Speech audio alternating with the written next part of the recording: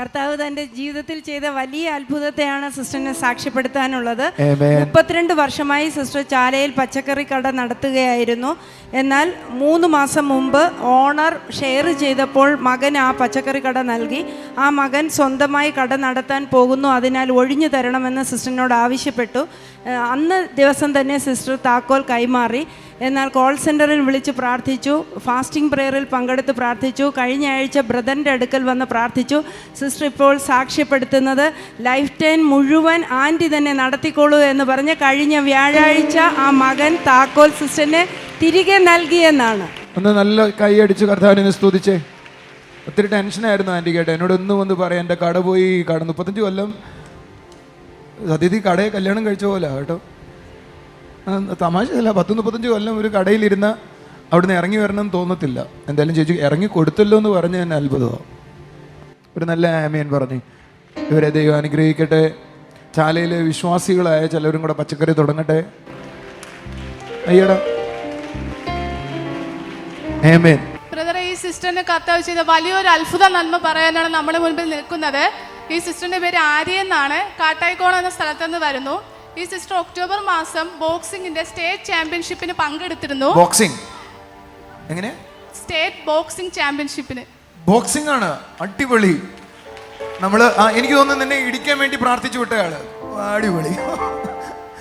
കൈയടിക്കാത്ത നമ്മൾ ഇടി നിർത്താൻ വേണ്ടിയാ സാറിന് പ്രാർത്ഥിക്കുന്നത്. പക്ഷെ ഇവൾക്ക് നമ്മൾ പ്രാർത്ഥിച്ചത് ഇടിക്കാൻ വേണ്ടിയാ പ്രാർത്ഥിച്ചത്. അടിപൊളി. ചാമ്പ്യൻഷിപ്പിന് പോകുന്നതിന് മുമ്പേ ബ്രദറിനെ കണ്ട് പ്രാർത്ഥിച്ചു. അപ്പോൾ ബ്രദർ പറഞ്ഞു നിനക്ക് സ്വർണ്ണ മെഡൽ കിട്ടുമെന്ന് പറഞ്ഞു.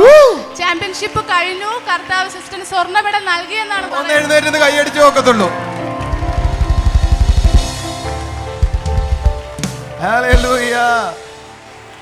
ബോക്സിങ്ങിനൊക്കെ പോണെങ്കിൽ ഒരു ധൈര്യം വേണം അല്ലേ? ഇടി കൊള്ളാനും വേണം, കൊടുക്കാനും വേണം. അപ്പൊ ഇവളെടുത്ത് അടുത്ത് പെരുമാറുന്ന സൂക്ഷിച്ചോണം കേട്ടോ. ഒരു നല്ല ആമേൻ പറഞ്ഞു, ഒരു നല്ല ആമേൻ പറഞ്ഞു.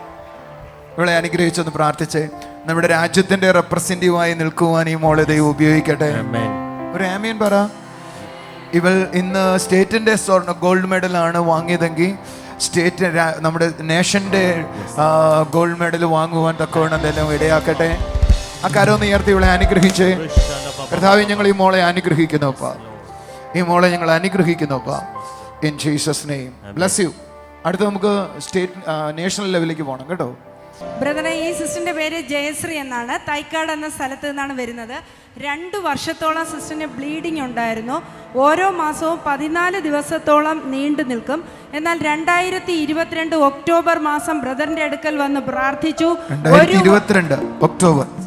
ഒരു വർഷമായി സിസ്റ്ററിന് ബ്ലീഡിംഗ് ഇല്ല. കർത്താവ് തന്നെ തൊട്ട് പൂർണ്ണമായി സൗഖ്യമാക്കി എന്ന് സാക്ഷ്യം. 2 വർഷമായിട്ട് ബ്ലീഡിംഗ് ആയിരുന്നു. 14 ദിവസം വരെ നിലനിൽക്കുമായിരുന്നു.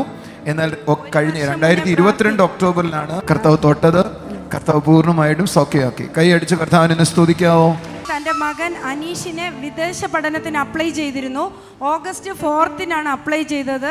അപ്രൂവൽ ആകുന്നതിന് 25 വർക്കിംഗ് ഡേയ്സ് വേണം. സെപ്റ്റംബർ 17 വരെ കാത്തിരുന്നു, ആയില്ല. സെപ്റ്റംബർ 17 ബ്രദറിന്റെ അടുക്കൽ വന്ന് പ്രാർത്ഥിച്ചു. സെപ്റ്റംബർ 22 അപ്രൂവലായി. സെപ്റ്റംബർ 26 അയർലൻഡിൽ പോകാൻ കഴിഞ്ഞു. കഴിഞ്ഞ ആഴ്ച ക്ലാസ് അറ്റൻഡ് ചെയ്യാൻ സാധിച്ചു എന്നാണ് സാക്ഷ്യപ്പെടുത്തുന്നത്. അടിപൊളി. കർത്താവ് ചെയ്ത എല്ലാ നന്മയ്ക്ക് നന്ദി. എങ്ങനെയാ ആരംഭം? ഒരു എങ്ങനെയാ? ദൈവം ചെയ്ത ഉപകാരങ്ങൾ നന്ദി പറഞ്ഞാരാ. അതുപോലെ തന്നെ സിസ്റ്ററിന് ബാങ്ക് ലോൺ ഉണ്ടായിരുന്നു. നെയ്യാറ്റിൻകരയിലെ നാട്ടിലെ ഉണർവിൽ ജപ്തിയും ലോണും ഉള്ളവർക്ക് വേണ്ടി ബ്രദർ പ്രാർത്ഥിച്ചു. നെയ്യാറ്റിൻകര നാട്ടിലെ ഉണർവിന് വേണ്ടി പ്രാർത്ഥിച്ചു. ഉണർവിൽ പ്രാർത്ഥിച്ചു. സിസ്റ്റർ ഇപ്പോൾ സാക്ഷ്യപ്പെടുത്തുന്നത് കഴിഞ്ഞ ദിവസം തന്റെ ഒരു ലോൺ ക്ലോസ് ആയി. കർത്താവ് അത്ഭുതം ചെയ്തു എന്നാണ്. ദൈവം ചെയ്ത ഉപകാരങ്ങൾ നന്ദി നന്ദി പറഞ്ഞിടാ. കൈയടിച്ചേ. ദൈവം ചെയ്ത ഉപകാരങ്ങൾ നന്ദി നന്ദി പറഞ്ഞിടാ. ആയുസ്സുള്ള കാലമെല്ലാം നന്ദി പറഞ്ഞാരാധിക്കാം.